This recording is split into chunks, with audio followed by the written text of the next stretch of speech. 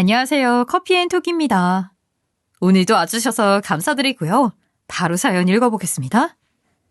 안녕하세요. 30대 후반의 여성입니다. 내 이름이 없다는 것 결혼하신 분들이라면 다들 공감하실 거예요. 누구 엄마, 누구 아빠, 직장에서는 누구 대리, 누구 팀장 이런 호칭들로만 불리지 정작 내 이름을 불러주는 사람은 별로 없게 되잖아요.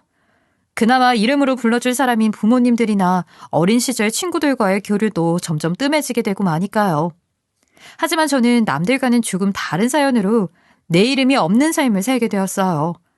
저와 남편은 홍기를 꽉 채워 결혼했고 서로 나이가 있는 만큼 하루빨리 손주를 보여드리자고 약속했었어요. 아버님이 일찍 사별하시고 혼자 외아들을 키우느라 아직 재혼도 못하셨기에 말로 표현은 안 하시지만 많이 적적하실 거라고 하면서요. 하지만 그런 우리의 약속이나 꿈은 결국 지키지 못할 약속이 되고 말았어요. 결혼한 지 2년도 안 되어 남편이 큰 사고를 당했고 그로 인해 하루아침에 식물인간 판정을 받고 누워 자기 의지로는 눈 하나 제대로 깜빡이지 못하는 처지가 되었거든요. 그때부터 저는 이름이 사라졌어요.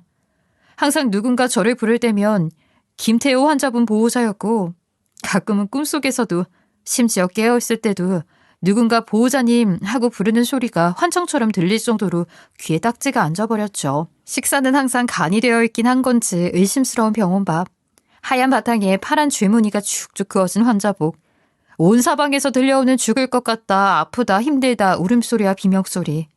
3년, 저는 꼬박 3년을 그렇게 살았어요. 남편의 사고는 저에게 이름도 뺏어사갔고 저의 삶 자체를 아주 뭉개버렸죠. 다행히 아버님께서 경제적으로 여유가 많으신 편이었기에 돈 걱정만큼은 안 하고 병원비와 생활비 모두 넉넉하게 도움을 받으며 병간호에만 집중할 수 있었으니 그래도 다른 사람들보다는 사정이 나은 편이라고 할 수 있을까요? 그리고 드디어 몇 개월 전 남편이 발가락 끝이나마 자극에 반응하면서 조금씩 움직이는 모습을 보여줬어요. 톡톡 두드릴 때마다 살짝 떨리는 그 모습은 마치 자신을 포기하지 말아달라는 처절하고 애절한 절규처럼 보였죠. 의사 선생님은 식물인간 상태라도 간헐적으로 발작처럼 움직일 때가 있다. 시선이나 손이 움직이는 것처럼 실제로는 의식적으로 움직이지 않는 본능적인 행동에 불과한 경우가 많지만 이 경우는 확실히 외부 자극에 반응을 하는 것처럼 보인다고 말씀해 주셨죠. 희망을 품어볼 가치가 충분하니 포기하지 말자고요. 이렇게 외부 자극에 반응을 하기 시작하면 자가호흡이 가능한 정도로 회복할 가능성도 충분히 기대가 가능합니다. 자가호흡이 가능하다면 그 이상도 기대가 가능하고요. 그 말에 저는 더욱 이를 악물고 버텼어요. 우리에게 분명히 희망이 있을 거라고. 언젠가쯤 남편이 따사로운 햇살을 느낄 수 있을 날이 올 거라고 말이죠. 거동이나 섭식이 어렵거나 불가능한 대부분의 환자가 그렇듯 남편 역시 그렇게 풍채가 좋던 사람이 3년간 누워있는 동안 살이 쭉쭉 빠져 15kg나 체중이 줄었어요.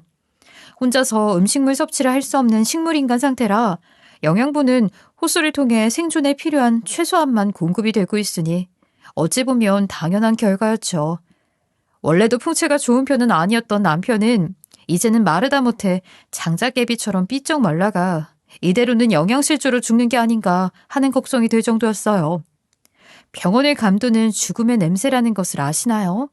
병원 특유의 그 냄새가 그냥 외래 진료를 하러 왔거나 오래 입원해 본 적이 없는 사람들에게는 그저 병원 냄새, 그 이상의 의미가 없겠지만 저처럼 많이 아픈 가족이 있어 몇 개월, 몇 년을 병원에서 살다 보면 그 냄새 자체가 지긋지긋하고 두려워져요.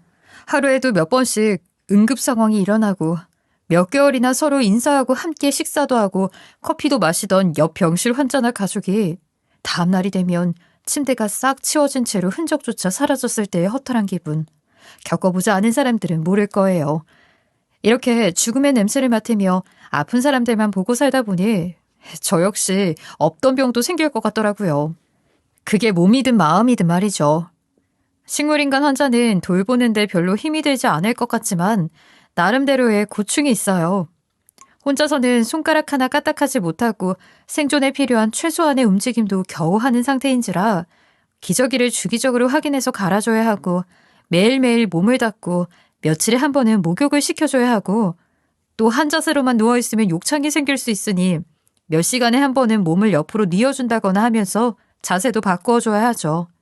차라리 의식이라도 있는 전신마비 상태면 지금 뭐가 먹고 싶은지 어디가 불편한지 알 수 있을 텐데 그런 생각까지 들곤 했어요. 남편의 몸을 수건으로 닦아줄 때나 목욕을 시킬 때가 제일 힘들었어요. 오랜 병간호로 인해 저도 체력이 많이 떨어진 탓이겠죠. 하루는 남편의 몸을 다 닦아주고 수건을 들고 일어서려 하니 머리가 핑 돌면서 세상이 까맣게 변하더라고요. 침대 난간을 부여잡고 간신히 버텼지만 하마터면 요란한 소리를 내며 볼썽사납게 넘어질 뻔했었죠. 결국 기약 없는 병원에서의 간호는 3년을 꽉 채우고 끝났어요. 아버님께서 더 이상은 안 되겠다고 판단하셨던 모양인지 남편을 퇴원시켜 시댁으로 옮기자고 하셨거든요. 마침 남편의 호흡 기능이 많이 호전되어 간단한 호흡 보조 장치만으로도 자가 호흡이 가능할 정도로 좋아졌기 때문에 내릴 수 있는 결정이었어요. 아버님은 별다른 말씀을 하지 않으셨지만 저에게 쉼이라는 게 필요하다는 걸 알고 계셨던 것 같아요. 저 역시 3년간 하루도 쉬지 못하는 병간호에 지쳐 서서히 한계가 보이고 있다는 걸 스스로 알았거든요. 기약 없는 부질없는 희망. 그런 것들이 저를 살게 하고 있었어요. 부질없다는 걸 알면서도 그 티끌 같은 가망을 버리지 못해 실오라기 같은 그거 하나 붙들고 살아가는 심정. 온 가족이 벼랑 끝에 몰린 상황이었죠. 아가, 하루가 1년 같고 1년이 10년 같은 긴 세월. 너무 잘 버텨줘서 고맙구나. 내가 이 빚을 어찌 갚겠니? 아버님, 그런 말씀 마세요. 제가 아내인걸요. 당연히 해야죠. 아니다. 결혼한 지 얼마 되지도 않아 아들 녀석이 저리 되고 애도 없는데 네 인생 찾아 얼마든지 갈 수 있었는데도 곁을 지켜주었잖니. 정말 고맙다. 대우 녀석이 정말 아내 하나는 잘 얻었어. 그러며 눈물을 보이시는데 괜스레 제 가슴이 다시큰거렸죠. 아무도 알아주지 않을 거라고 생각했던 내 고생. 그래도 이렇게 알아주고 같이 아파해줄 가족이 한 명쯤은 있다는 사실이 저에게 큰 위로가 되어주었죠. 아버님은 저에게 일주일에 한 번 정도 날을 정해서 남편을 보러 오라고 했지만 건강하시긴 해도 노쇠하신 아버님께서 남편을 혼자 돌보는 것은 무리가 있을 거라고 생각한 저는 일주일에 2번 방문하기로 약속했어요. 다른 건 몰라도 목욕은 젊고 힘 좋은 제가 시켜주는 게 훨씬 안전하고 수월할 테니까요. 그렇게 저는 3년 만에 신혼집으로 돌아올 수 있었고 아버님 덕분에 드디어 집에 있는 푹신한 스프링 침대 위에서 잡을 수 있었어요. 3년 만이었죠. 이 자리에 함께 누워 따뜻한 온기를 나눠줄 남편은 없었지만 솔직히 말해서 제 입장에선 정말 천국 같은 상황이었어요. 병원 특유의 냄새 그리고 고통의 비명을 지르는 사람들만 안 봐도 정말 살 것 같았거든요. 육체적으로나 정신적으로나 말이죠. 이런 위기를 함께 헤쳐나가며 아버님과 저는 서로를 많이 의지할 수 있게 되었어요. 결혼했을 때만 해도 워낙 과묵하고 진중한 분이셨던 탓에 근엄하신 시아버지를 어렵게만 느꼈었는데 집안의 모든 대소사를 함께 의논을 통해 정하고 만나는 날이면 사소한 오늘 점심 메뉴도 소소하게 의논해보고 무엇보다 같은 아픔과 힘듦을 공유할 수 있었기에 누구보다도 가까운 사이가 될 수 있었죠.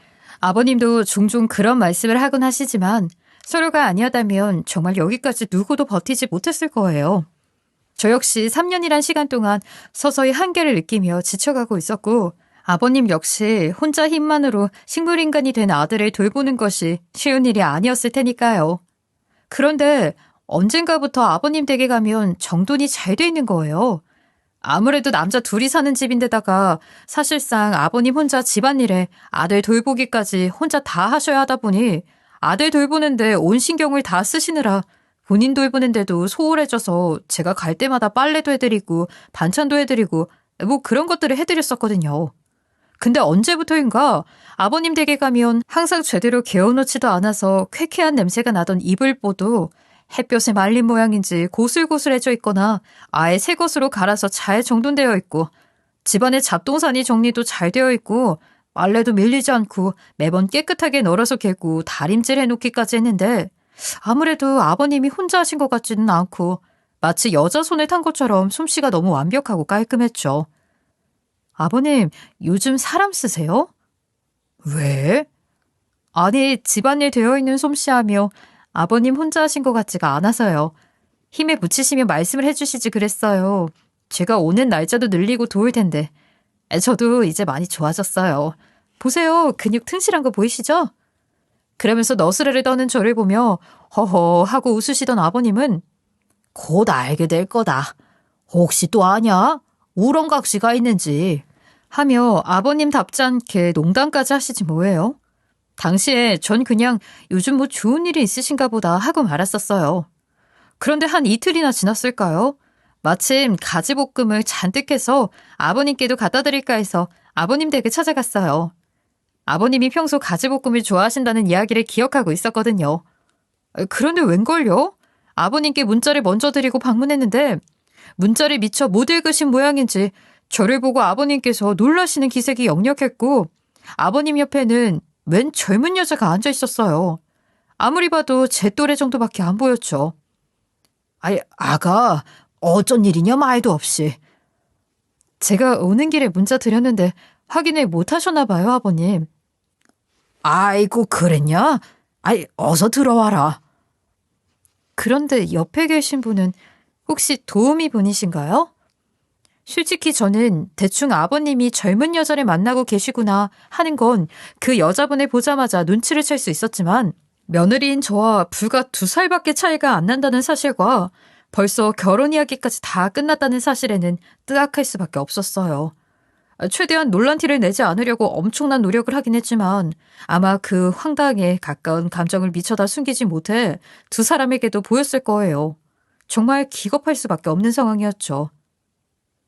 아이, 다 늙어서 젊은 여자 만나 주책 떤다고 남들이 손가락질 할까봐 말을 못했다.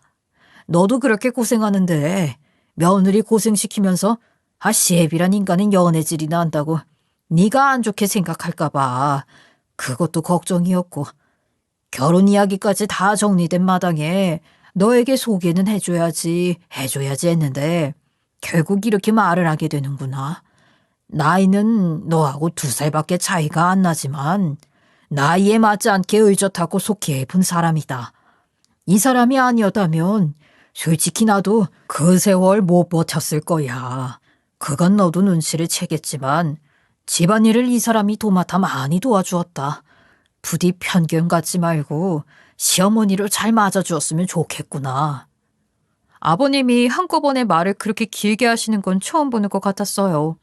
하지만 전 어쩐지 화려한 외모에 진한 화장, 집안일을 돕고 살림을 잘 해줬다는 사람 손톱에 알록달록 매니큐어에 큐빅까지 붙여져 있는 게 영 첫인상이 좋지만은 않았습니다. 물론 편견이라고 생각하셔도 할 말은 없어요. 어쩌면 몇 년 세월 식물인간이 된 남편을 돌보느라 미용실 한 번에 제대로 못 간 제 처제와 비교가 되어 나온 열등감일 수도 있겠죠. 아, 내가 2살 언니라 다행이다. 2살 동생이었으면 큰일 날 뻔. 나 정도면 엄청 젊은 시어머니죠? 이는 시어머니로 대접하라 했지만 솔직히 우리 나이 차이에 어머님 하는 게 더 불편하지 않겠어요? 아이, 뭐 호칭이야 어쩔 수 없다지만 언니 동생보다도 친구처럼 재미나게 잘 지내봐요.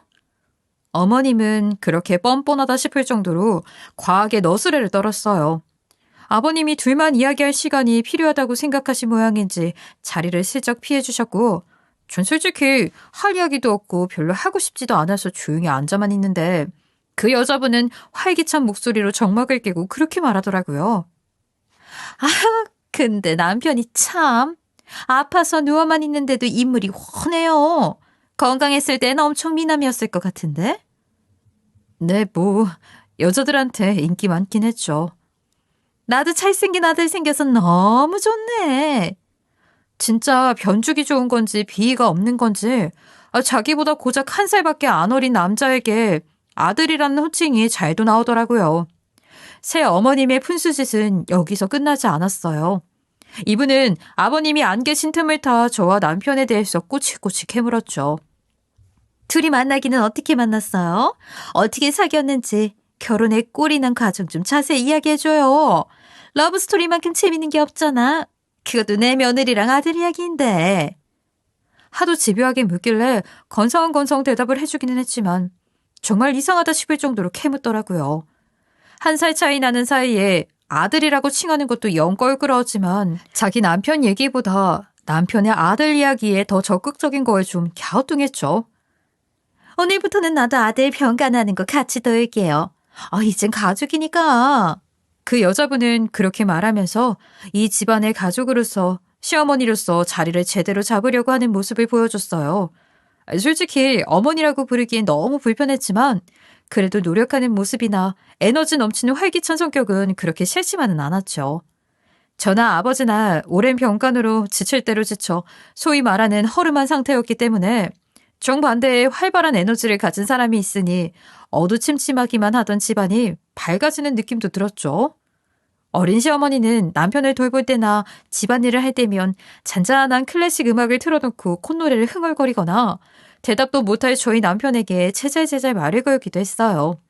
그런 모습이 신선한 한편 긍정적인 마인드는 배워야겠다는 그런 생각도 들었죠. 시어머니는 남편을 말로만 돌보는 게 아니라 정말로 지극정성으로 간호했고 제가 봐도 허투루 신용만 하는 게 아니라는 것이 눈에 보였으니 아버님의 깊은 신뢰를 얻는 데는 오래 걸리지 않았죠. 내가 솔직히 억망장자도 아니고 따지고 보면 내가 죽고 나서도 너하고 아들한테 물려줄 거 물려주고 나면 아내에게 줄 건 얼마나 되겠냐? 그래도 내가 좋다고 결혼해준 사람이야. 아버님, 벌써부터 그런 이야기를 하시면 어떡해요? 아직 살 날이 얼마나 긴데. 아니다. 대호 저렇게 된 걸 보니 사람 일은 모르는 거더라. 너도 겪었지 않니? 그러니 내가 일할 수 있는 만큼 더 열심히 일해서 한 푼이라도 더 남겨주는 게 도리라 생각한다. 그리고 너를 위해서라도 그렇고. 그렇게 말씀하시며 아버님은 몇 년간 제 남편 때문에 거절하며 미뤄두었던 해외 출장까지 받아들여 준비하기 시작하셨어요. 이제는 새어머니가 있으니 아들을 돌볼 사람도 한 사람 늘어서 제 고생도 덜어질 것이고 자기는 돈을 버는 게 최선인 것 같다고 하시면서요. 어머님도 적극적으로 찬성하셨죠. 나 의외로 병간호가 적성이 맞는 것 같아요. 내가 왜 그동안 이 보람을 몰랐지? 너무 재밌고 하루하루가 즐거운 거 있죠? 두 사람 내가 없는 동안 얼마나 고생을 많이 했어요? 당신도 해외 출장 가서 일만 하지 말고 모처럼이니 여행 기분도 내고 우리 아가도 남편 간호는 나한테 맡기고 이제 친구들도 좀 만나고 꾸미는데 투자도 하고 그래요? 응? 두 사람 보면 다크서클이 눈 밑까지 내려와서 내가 다 보기 안쓰럽다니까. 누가 보면 내가 쿠박해서 그러는 줄 알겠어. 제가 병간호를 안 해봤나요? 분명히 고되고 힘들 텐데도 그렇게 재밌게 취미생활이라도 즐기는 것처럼 에너지 넘치게 말해주는 게 너무 고맙기도 하고 한편으로는 흐뭇하고 보기 좋기도 했죠. 아버님이 어머님에게 많이 의지하고 기대는 모습이 보였거든요.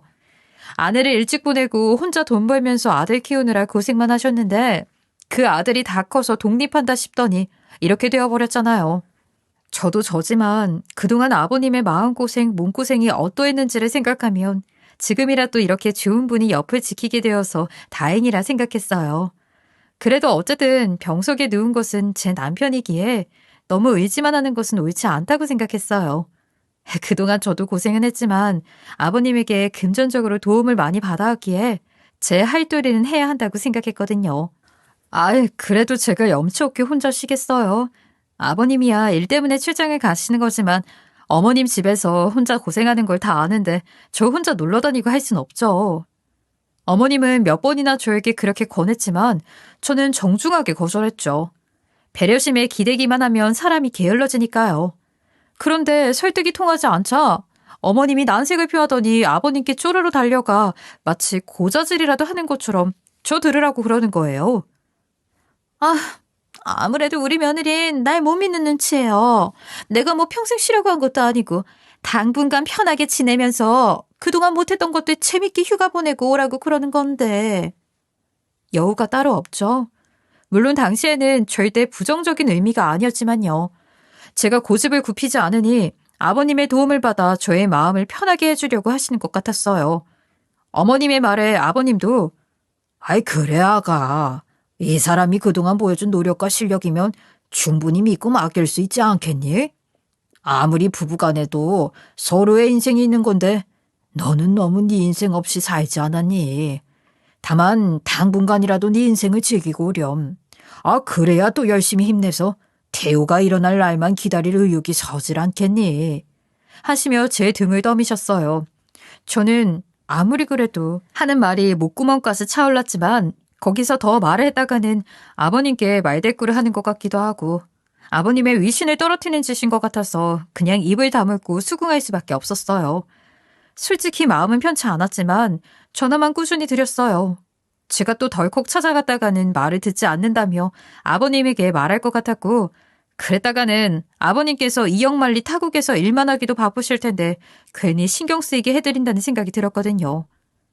별일 없으시죠? 아유, 집에 말 없는 남자랑 단둘이 있는데 일이 있을 게 뭐 있어? 그래도 일손 부족하시면 언제든 저한테 말씀해 주세요. 저 이제 진짜 쌩쌩해졌어요. 아휴, 내가 알고 보니까 과묵한 남자가 취향이더라고. 네 시아버지도 그렇고 아들도 그렇고 단둘이 조용히 하루를 보내니 얼마나 평화롭고 좋은지. 얘, 너 있으면 소란스러워진다니까. 어머니는 제가 이런 이야기를 할 때마다 저에게 이렇게 농담까지 하면서 너스레를 떠셨어요. 솔직히 제가 몇 년이나 저걸 해봤는데 아무리 에너지가 넘치고 긍정적인 사람이라 하더라도 결국 머지않아 한계에 봉착할 게 뻔하다고 생각했죠. 특히 어머님처럼 활기찬 사람이라면 하루 종일 집에 갇혀있는 것만으로도 답답할 테니까요. 하지만 한편으로는 감사하고 죄송스러운 마음이 조금씩 싹트기 시작했어요. 그동안 화려한 겉모습만 보고 내가 너무 색안경을 끼고 봤나? 그런 생각이 들었죠. 며칠 뒤의 일이었어요. 그날도 낮에는 어머니와 통화하고 어머님의 조언대로 쇼핑도 다녀왔죠. 아버님께서 귀국하시는 시기에 맞춰 드릴 겨울 코트와 제 옷, 그리고 어머님께 드릴 스카프, 남편이 건강해지면 꼭 신겨주고 싶은 신발까지 안 하던 사치를 부린 것 같은 마음에 조금 죄책감이 들면서도 누군가를 위해 쇼핑을 한다는 기쁨이 이런 거구나 하고 그동안 잊고 있었던 감정이 되살아나는 것 같았어요. 이게 다 어머님 덕분이라는 생각도 했죠. 그렇게 느긋한 일과를 마치고 침대에 누워 음악을 듣다가 스르르 깜빡 잠이 든 찰나 갑자기 울리는 전화벨에 깜짝 놀라 벌떡 일어났죠. 모르는 전화번호였어요. 여보세요? 혹시 김태호 씨 아시나요? 네? 제 남편인데 누구세요? 여기 병원 응급실입니다. 김태호 씨 지갑에 든 명함을 보고 연락드렸어요. 지금 김태호 씨가 교통사고로 응급실에 실려왔는데 의식이 없는 건 아닌데 상태가 아무튼 보호자님께서 빨리 와주셔야 할 것 같아요. 이게 무슨 소린가 싶어 눈만 끔뻑이며 시계를 보니 새벽 2시가 넘은 시각이었어요. 식물인간이 되어 집에 누워있는 사람이 이 시간에 교통사고가 나서 병원에 실려갔다니 이게 무슨 말인가요? 전 당연히 착오일 거라고 생각했죠. 저희 남편은 3년째 식물인간으로 살고 있어요. 그래서 자기 의지로 차를 타고 어디 갈 수 있는 상황이 아니에요. 뭔가 잘못 알고 계신 것 같은데. 그랬더니 수화기 너머로 의료진은 이상하다?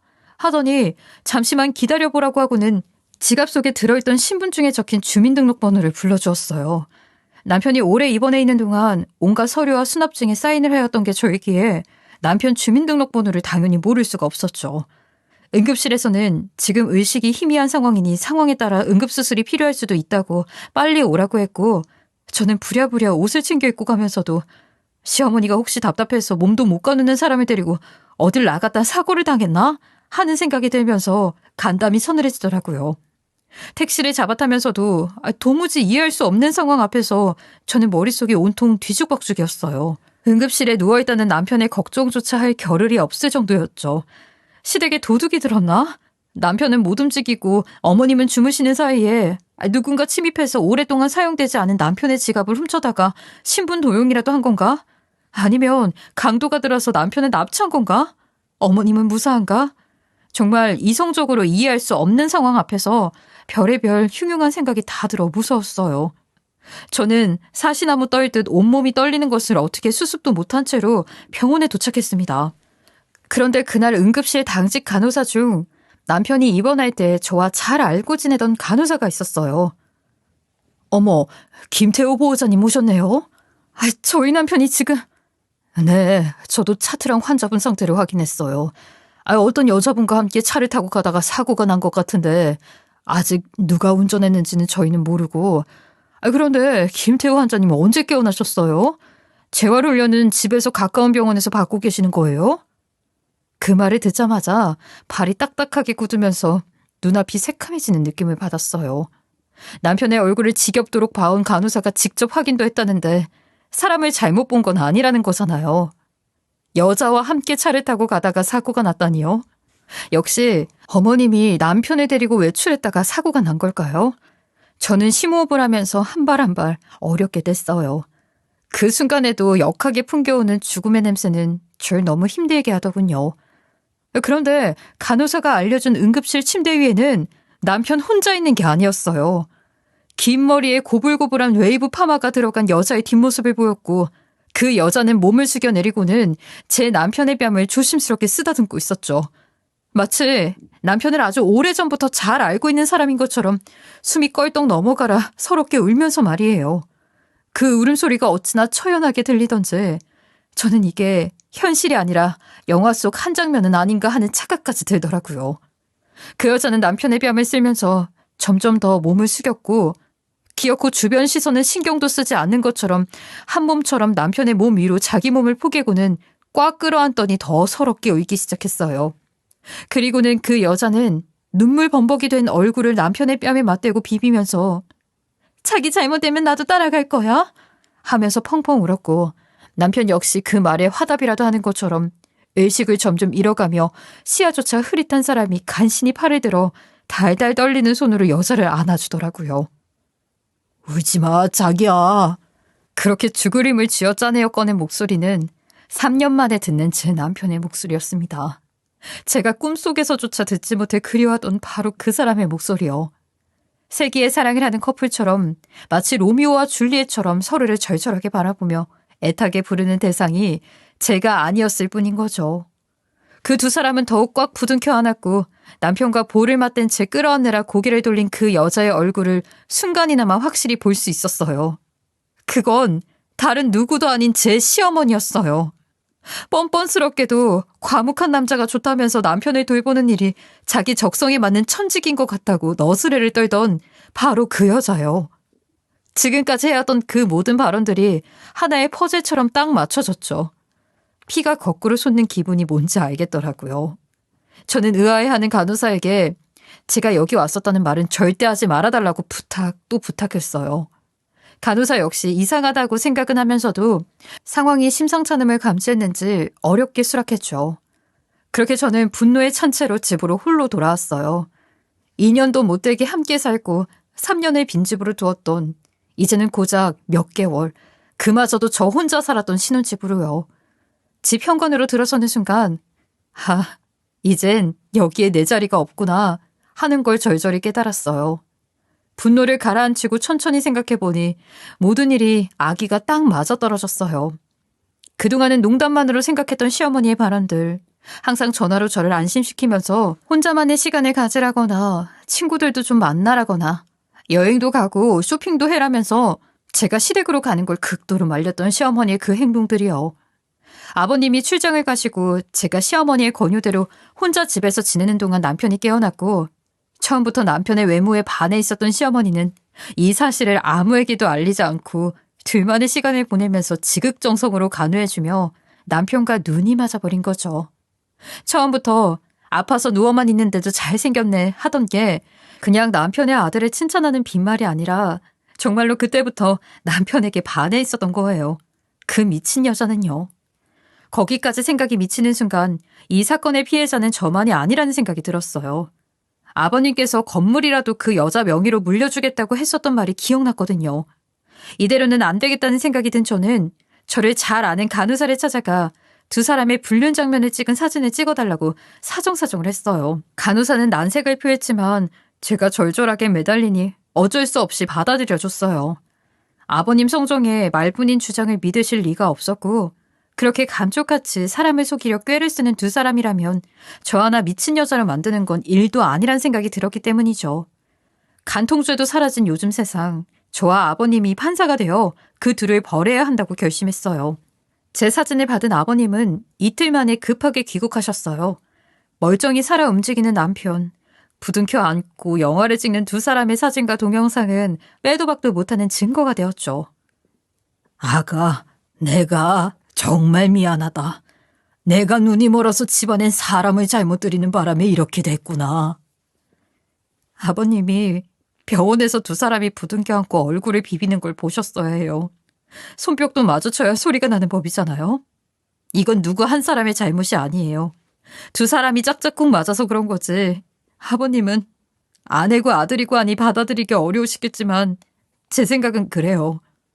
제 단호한 말에 아버님도 결심을 굳히셨는지 귀국한 것은 모두에게 비밀로 하고 저와 함께 조용히 정리를 시작했어요. 본인 명의로 가지고 계시던 집은 팔아버리고 원래라면 남편에게 돌아갔어야 할 상속 역시 상속자를 변경하셨죠. 그 타이밍에 해외 출장을 가게 되어 혼인신고를 미처 못한 것이 신의 가오였다는 아버님의 한탄을 듣는 저의 마음도 너무 쓰렸습니다. 이제까지 죽은 거나 진배 없던 제 놈을 너하고 내가 어떻게 돌봤는데 이런 은혜를 이런 식으로 갚다니. 여자의 눈이 멀어 가족의 살신성의를 못 본다면 몸속 깨닫게 해줘야 해. 남 눈에 눈물을 흘리게 하면 제 눈엔 피눈물 난다는 걸 알아야지. 사랑하는 자식, 사랑하는 아내였기에 배신감도 더 크신 거겠죠. 얼마 뒤 퇴원해서 아버님 집에서 붙어 지내던 두 사람 앞에 저와 아버님이 나타났어요.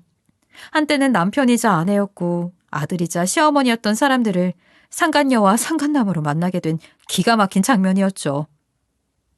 이 집 팔았다. 주인 없는 집에서 뒹굴 생각 말고 둘 다 썩 꺼져. 아버님은 남편에게 호통을 치며 그 여자를 벌레 쫓듯 손으로 휘휘 쫓아내셨죠. 병원에서 찍은 두 사람의 죽고 못 살던 장면을 그대로 보여주면서요. 그랬더니 세기의 사랑은 어디로 간 건지 두 사람은 갑자기 누가 먼저랄 것도 없이 무릎을 꿇고 싹싹 빌며 술술 묻지도 않은 이야기를 풀기 시작했어요. 서로의 탓을 하면서 말이에요. 난 당신과 아버지가 너무 보고 싶었는데 이 여자가 일부러 이 핑계 저 핑계 대면서 못 만나게 했어. 무슨 소리를 하는 거야? 둘이 도망가자고 했던 건 너였잖아. 정말 없는 정도 뚝 떨어지는 장면이더라고요. 이 벌레마도 못한 것들. 죽을 때까지 다시는 우리 앞에 나타나지도 마라. 아버님은 그렇게 두 사람을 무일푼으로 쫓아내셨고 저와 아버님은 아무것도 모르는 한적한 곳에 집을 얻어 둘이 지내고 있어요. 둘이 살기에 돈이 부족한 것도 아닌데 아버님은 일할 수 있을 때까지 일하겠다고 고집을 피우셨죠. 어떻게 해서든 너와 나 평생 고생 안 하고 살 수 있는 돈, 이 고생과 치욕을 만회할 수 있는 돈은 내가 꼭 남기고 가마. 나중에 그놈이 나 죽고 자식 일합시고 유산소송이라도 걸면 어쩔 수 없잖느냐. 전 그런 건 바라지도 않는데 말이죠. 아버님이 계셔준 덕분에 저는 지금도 혼자라고 생각하지 않아요. 무엇도 두렵지 않죠. 부디 아버님도 그렇게 생각해 주길 바랄 뿐이에요. 동네 사람들은 우리가 부녀관계인 줄 알아요. 사이가 너무 좋다고 말이죠. 아버님과 저도 구구절절 사연을 다 설명하기도 귀찮아 그냥 그러려니 하고 살아요. 그리고 그 두 사람은 어떻게 됐느냐고요? 남들 눈을 피해 쫓겨나듯 섬마을로 간 두 사람은 무일푼 신세에 서로 헐뜯으며 그렇게 저와 아버님에게 빌고 빌붙으려 했던 것이 분쟁의 씨앗이 된 모양인지 결국은 찢어져 각자 살고 있다고 해요. 아는 사람들 사이에서도 소문이 다 나버렸으니 시골이 난 섬마을에 숨어 지내며 비참하게 살고 있겠죠. 그 세기의 사랑이라는 게 얼마나 얄팍했는지 이제라도 깨닫길 바랍니다. 숨어서 먹는 떡이 제일 맛있다죠. 원래 불륜짓거리 하는 인간들은 그게 사랑이 아니라 그 스릴 자체를 즐긴다고 하니까요.